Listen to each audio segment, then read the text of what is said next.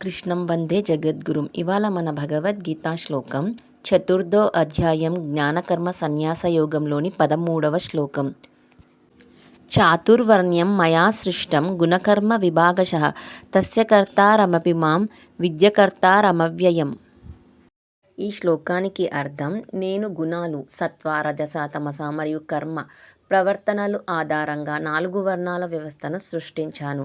అయితే ఆ వ్యవస్థకు కర్త అయిన నేను కూడా నిజానికి అకర్త, ఎలాంటి కర్మలో బద్ధుడిని కాని అవినాశినైన వాడిని అని తెలుసుకో. ఐ హ్యావ్ క్రియేటెడ్ ద ఫోర్ఫోల్డ్ వర్ణ system based on the division of Guna qualities and కర్మ actions. Although I am the creator of this system, know me as the non-doer, the eternal and immutable. బ్రాహ్మణులు అంటే జ్ఞాన మార్గంలో ఉన్నవారు, క్షత్రియులు రక్షణ ధర్మంలో ఉన్నవారు, వైశ్యులు వాణిజ్యం వ్యవసాయం, శూద్రులు సేవా ధర్మంలో ఉన్నవారు. ఇవి 4 వర్ణాలు.